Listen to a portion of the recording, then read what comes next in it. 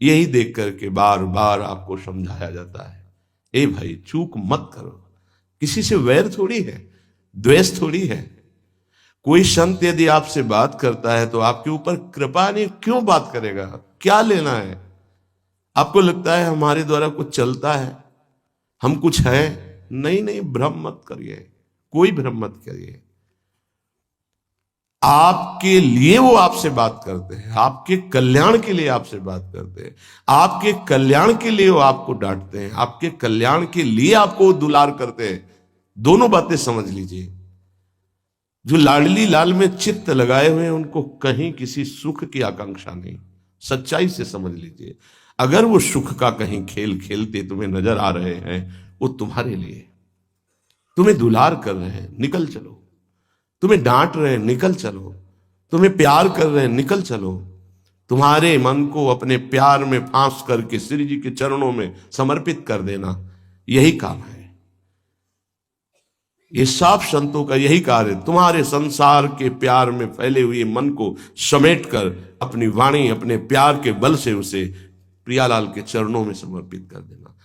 पर आपके अंदर ये चाह हो जाएगी, तभी आप उस प्यार को समेटने में सहयोग दे पाएंगे। मुझे अब इस ब्रह्मा के रचे हुए माया से मुक्त होना है, पर आप तो इन्हीं खिलौनों में राजी हैं, और जब इन खिलौनों से मन को हटाने की बात कही जाती है तो आपको बुरा लगता है। आपसे जिसे कहा जाता है कि अब आप ऐसे रहिए, मनो चिन्हारो नाय, तो आपको लगता है कि हमारे संबंधों में प्रहार कर रहे हैं। तुम्हारे संबंध जितने हैं इनका प्रहार पहले हो चुका है काल के द्वारा, तुम इनको नहीं रोक पाओगे। काल पहले ही काट चुका है सारे संबंध। बस तुम संबंध का राग लेकर के यहां से जाओगे, दुर्गति हो जाएगी। और संबंध को प्रियालाल के चरणों में समर्पित करके जाओगे तो सदगति हो जाएगी, अनुराग हो जाएगा। जो आसक्ति संसार के संबंधों में है, वही आसक्ति जब संत महापुरुषों से हो जाती तो मोक्ष का खुला हुआ द्वार, ये भगवान कपिल देव जी कहते हैं। आप अपना अधिकार अपने में मत रखिए, गुरुजनों को दे दीजिए। अब हमारे जीवन की बागडोर आपके हाथ में है, आप जिस दिशा में चाहें ले चलें। हमारा केवल आपकी आज्ञा पालन करना कर्तव्य। तो कह रहे कदापि चिन्ह चिन्मयादुपरि चेत स्पृहा रोहिणी। यदि तुम्हें इस चेतन अचेतन जगत से मुक्त होने की इच्छा जागृत हो गई है तो पहला, स्नेह का संबंध किसी से मत रखिए। स्नेह का संबंध केवल प्रियालाल से रखिए। वही स्नेह जो माता में, जो पिता में, जो भाई में, जो बंधु में, पत्नी में, पुत्र में, वही स्नेह प्रियालाल को चाहिए। आप और सब कुछ दो, भगवत प्राप्ति नहीं होगी। ये स्नेह दे दो तो भगवत प्राप्ति पक्की हो जाएगी। सबसे स्नेह करो श्यामा श्याम के संबंध से। हमारा स्नेह का संबंध श्यामा श्याम से, श्यामा श्याम के संबंध से स्नेह कोई फर्क नहीं पड़ेगा। पर आपको अभी ये कला नहीं आती है। आप जब तक एक बार समस्त संबंधों के स्नेह को बटोर कर प्रियालाल के चरणों में समर्पित नहीं कर देते, तब तक आपको लगेगा, वाणी से बोलोगे कि सब भगवत भाव से ही, लेकिन पूरा राग यही है, ये हमारे अमुक है, हमारे अमुक है। इसलिए इस रहस्य को समझो, पहले हटो, फिर जब वो राग अनुराग में बदल जाता है तो फिर पूरे विश्व से प्यार करो, कोई फर्क नहीं पड़ेगा। सब जीवन सो प्रीति रीति निवाहत आपनी, क्योंकि वो रीति जानता है। हमारी रीति श्यामा श्याम के संबंध से ही सबको मानना।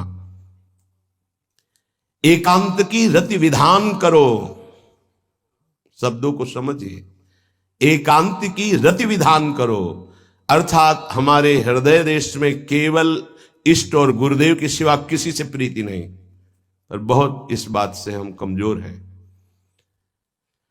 कहीं ना कहीं हम अपनी प्रीति, हमारा दोस्त है, हमारा मित्र है, हमारा रिश्ता है, हमारा संबंध है, तो श्री जी करुणा करके आपको लाई अपने संबंध पुष्ट करने के लिए। फिर भी आप अज्ञानवश उन्हीं संबंधों को पुष्ट करते हैं जिससे आपकी दुर्गति हो जाए। जो आपके, अरे एक हिरण के बच्चा के संबंध ने एक जन्म नष्ट कर दिया, फिर और किसकी बात करें। इसलिए एकांत की रति विधान करो। एकांत की आपकी रति हो चुकी है, इसका परिचय आपके सामने भारी विपत्ति आई, मन केवल श्री जी में, भारी संपत्ति सुख संपदा केवल श्री जी में मन, यह एकांत की रति है, उसको कोई विचलित नहीं कर सकता। जहां विषयी जन रहते हैं, विषयी जन संभाषण करते हैं, उस स्थान में, उस भीड़ में, उन लोगों के बीच में अरुचि हो जाना। रतिम मदन मोहने विदधताम तदेकांतिकीम, एकांत की भक्ति, विरति, जन समुदाय, प्रपंच भाषण करने वाले, इनसे संबंध नहीं। ना संतु जनतापने प्रतिवसंतु वृंदावने, जनता अर्थात केवल विषय प्रपंच की वार्ता करने वाले, तापने, हृदय में ताप पैदा हो उनके संग नहीं, मुझे संग नहीं, कोई भी हो, प्रिया प्रीतम से तुम्हें मतलब नहीं, उनकी चर्चा से मतलब नहीं, उनके संबंध से मतलब नहीं, तो हमारा आपसे क्या संबंध। देखो, जगत के संबंध प्रियता दिखा करके भोग सामग्री दे सकते हैं, धन दे सकते हैं, व्यवस्था दे सकते हैं, पर प्रियालाल की प्रीति नहीं। पूज्य श्री रघुनाथ दास गोस्वामी जी जब अपने गृह का त्याग करके महाप्रभु चैतन्य देव की शरण में गए, तो 2-3 दिन जो महाप्रभु को भिक्षा आती थी उसी से महाप्रभु दे देते थे। उनको लगा कि नहीं, जीवन जब महाप्रभु को समर्पित है तो हमको जीने का ढंग सीखना चाहिए, कैसे हम विरक्त होकर के जिए। इतने में घर से भेजे हुए बहुत से सेवक, रुपया, सामग्री, रसोईया सब आ गया, क्योंकि बहुत बड़े धनी थे उनके पिताजी, और पिता के भाई दोनों के बीच में एक लाडले पुत्र थे, पूज्य श्री रघुनाथ दास गोस्वामी, जिनकी समाधि राधा कुंड में विराजमान है। अब सुंदर सुंदर पकवान, भोग सामग्री घर के भेजे हुए रसोइये सब बनाते, प्रभु को भोग लगता, महाप्रभु चैतन्य देव को भी। और फिर विचार किया, क्या ये माता पिता के द्वारा दी हुई सुविधा वैराग्य में कलंक नहीं है? मेरा जीवन प्रभु के लिए, क्या मैं प्रभु आश्रित नहीं जी सकता? जब विरक्त हो गया तो माता पिता के द्वारा दी हुई भोग सामग्री से जीना निषेध है। प्रवृत्ति और निवृत्ति 2 मार्ग हैं। प्रवृत्ति मार्ग में स्वयं अधिकार हो जाता है पुत्र और पुत्री का माता पिता की संपत्ति पर, निवृत्ति मार्ग में नहीं, स्वीकृत नहीं है। निवृत्ति मार्ग में स्वीकृत नहीं। जिसने इस स्वीकृति को स्वीकार किया वो कच्चा ही बना रहता है पूरे जीवन, पक्का वो कच्चा बना रहता है। ये दृढ़ बात समझ लीजिए। आज तक इतिहास है विरक्तों का। निवृत्ति मार्ग पर अगर वैराग्य ले लिया तो माता पिता के द्वारा उसका भरण पोषण कभी नहीं हुआ। आप पढ़ करके देख लीजिए, चाहे कोई भी हो, किसी भी मार्ग का हो। जब रत्नावती जी ने, उनके लिए चिट्ठी आई, पुत्र ने भेजा कि पिता ने सभा में मुंडी का पुत्र कह के कहा, मतलब सन्यासिनी का पुत्र कह के, माता अब हमारी इस नाम की रक्षा करना। ये हुई चिट्ठी पढ़ी तो महल छोड़ दिया उसी समय, और नाई को बुलाया, अपने जो राजरानी के बाल थे उतरवा दिया, और संत सभा में बैठ गए। आज से कहा राज अन्न का त्याग। अब ग्राम नगर के द्वारा दी हुई भिक्षा के द्वारा भरण पोषण होगा, इस राजा के द्वारा दिए हुए नहीं। और पति थे माधव सिंह। जब ये बात सुनी तो उनको भयंकर क्रोध हुआ। मेरे सामने मेरी पत्नी, मेरा इस तरह का अपमान, मारने का प्रयास किया, निष्फल है। अंततो गत्वा, चरणों में हाथ रख के माथा रखा है, पढ़ के चरित्र देख लेना। नहीं इनके महल में रहूंगी, नहीं इनका भोजन पाऊंगी। विरक्त होकर के माता पिता के द्वारा भरण पोषण होना, एक बार एक भिक्षा के लिए तो अनुमति है। अगर विरक्त हो गया है, एक भिक्षा अगर माता पिता करा दे तो वो स्वीकृत है, इसके अलावा नहीं। आप चरित्रों को पढ़ के देख, सिद्धांत से नहीं चलोगे तो 4 दिन बाद फिर उसी में आ जाओगे। जब हम विरक्त हो गए, पूरे विश्व का भरण पोषण प्रभु करते, तो मेरा नहीं करेंगे क्या? आज अगर कोई जुड़ा है तो वैराग्य और भगवत प्राप्ति के लिए जुड़ा है। हमारा संबंध संसारिक नहीं, भागवतिक। जिस मार्ग में हम हैं उस मार्ग में। रघुनाथ दास गोस्वामी को 2-4 दिन हुए, फिर अंदर आग लग गई। नहीं, पिता के द्वारा दिए हुए वैभव को नहीं भोगना, वापस। अब कैसे जिए? जहां सिंहपौर पर जगन्नाथ जी के सब भिक्षुक खड़े होते थे, उन्हीं के बीच में खड़े हो गए। अब जो बांटते हैं तो उनका स्वभाव है लेने वालों का दौड़ दौड़ कर आगे लेना। कभी कभी मिलता उनको, शांत खड़े रहते तो पा लेते, नहीं मिलता प्रसाद तो भूखे रह जाते। फिर विचार किया, इसमें खड़े होकर के भी एक वृत्ति बनी रहती कि आने वाला देगा, ये भी ठीक नहीं। एक जगह अन्न क्षेत्र में अन्न बंटता था, वहां से जाके लाने लगे। फिर विचार किया, विवेक धैर्य नहीं लेने देता। यार हम यहां कोई सेवा तो करते नहीं, क्योंकि भरपेट अन्न पाने का जिस क्षेत्र में अधिकार है तो वहां सेवा करना जरूरी, चाहे पोछा लगा दो, चाहे पत्तल फेंक दो, कोई सेवा वहां करनी चाहिए, तभी आपका वैराग्य सुरक्षित रहेगा, नहीं तो फिर ठीक नहीं है। वहां अन्य क्षेत्र में भी छोड़ दिया भोजन लेना।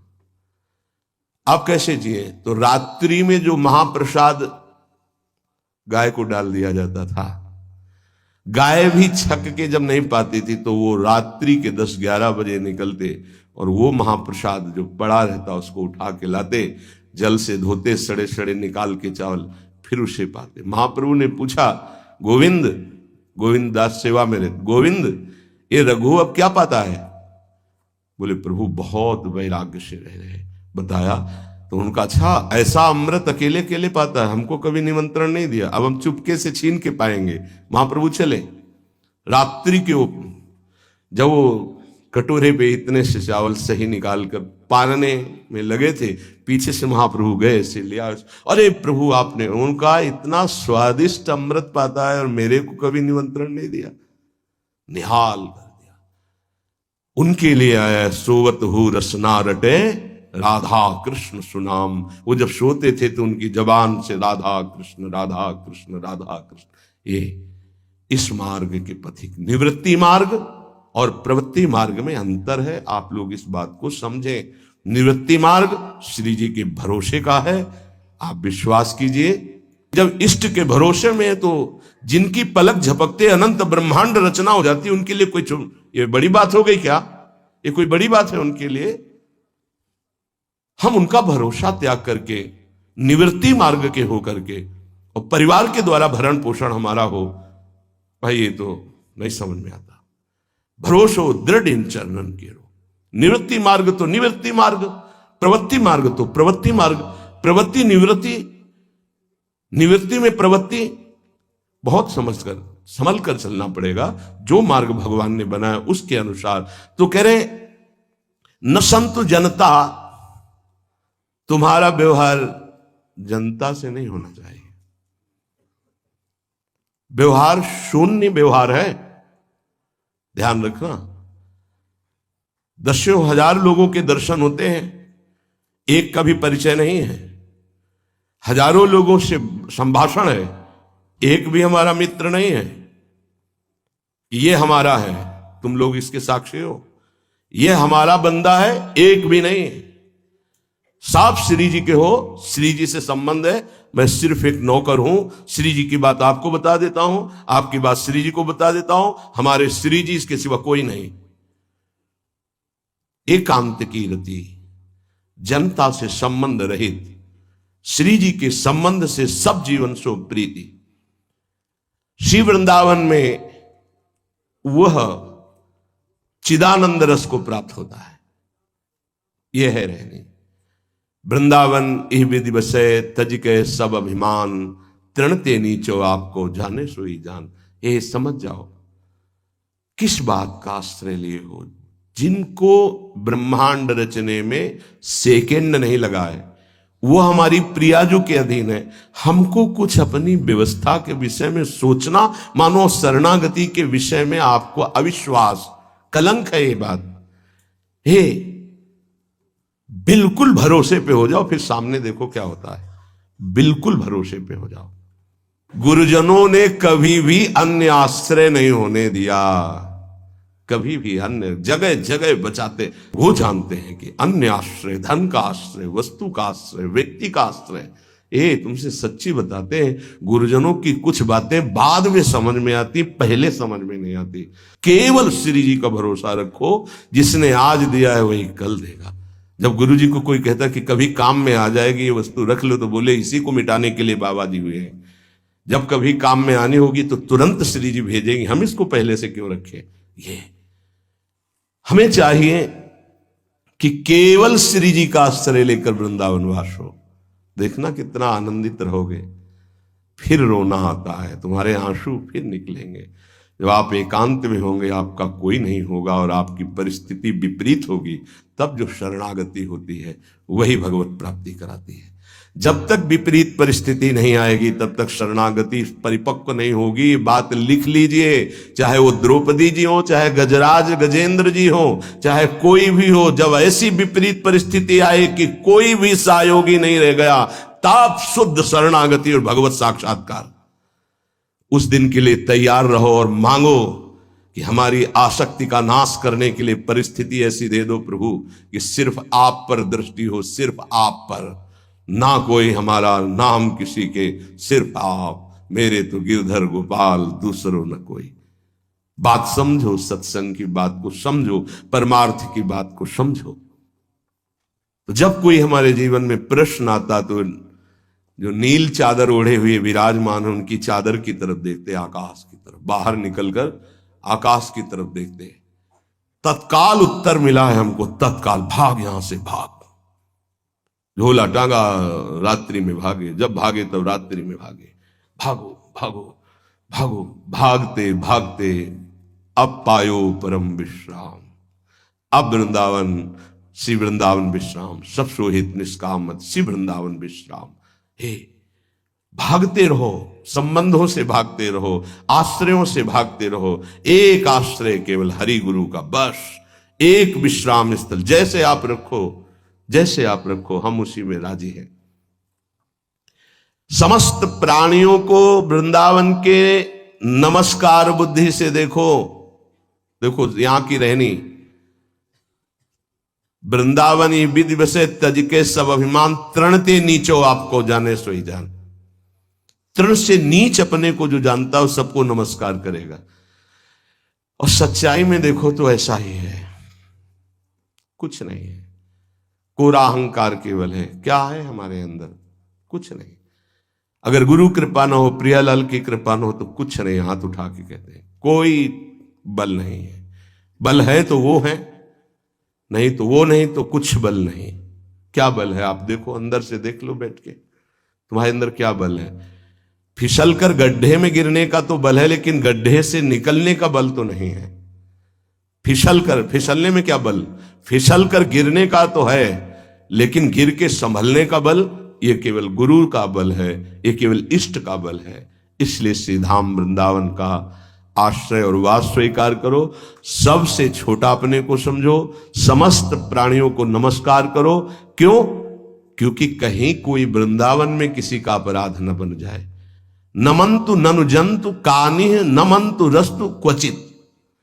कहीं ऐसा ना हो जाए यहां किसी भी जंतु का, किसी भी जीव का, किसी भी शरीरधारी का अपराध न बन जाए।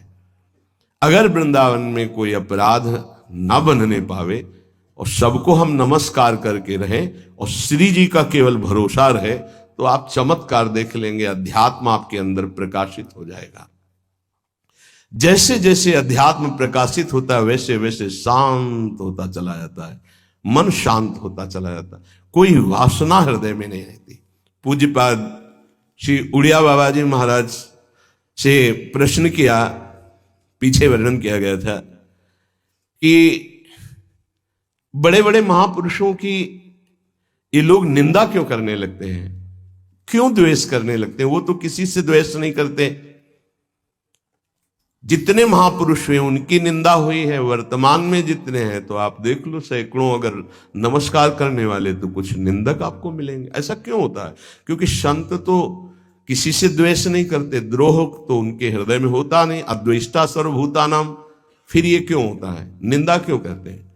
तो कहते भगवान की दो शक्तियां, एक है माया और एक है प्रेम भक्ति।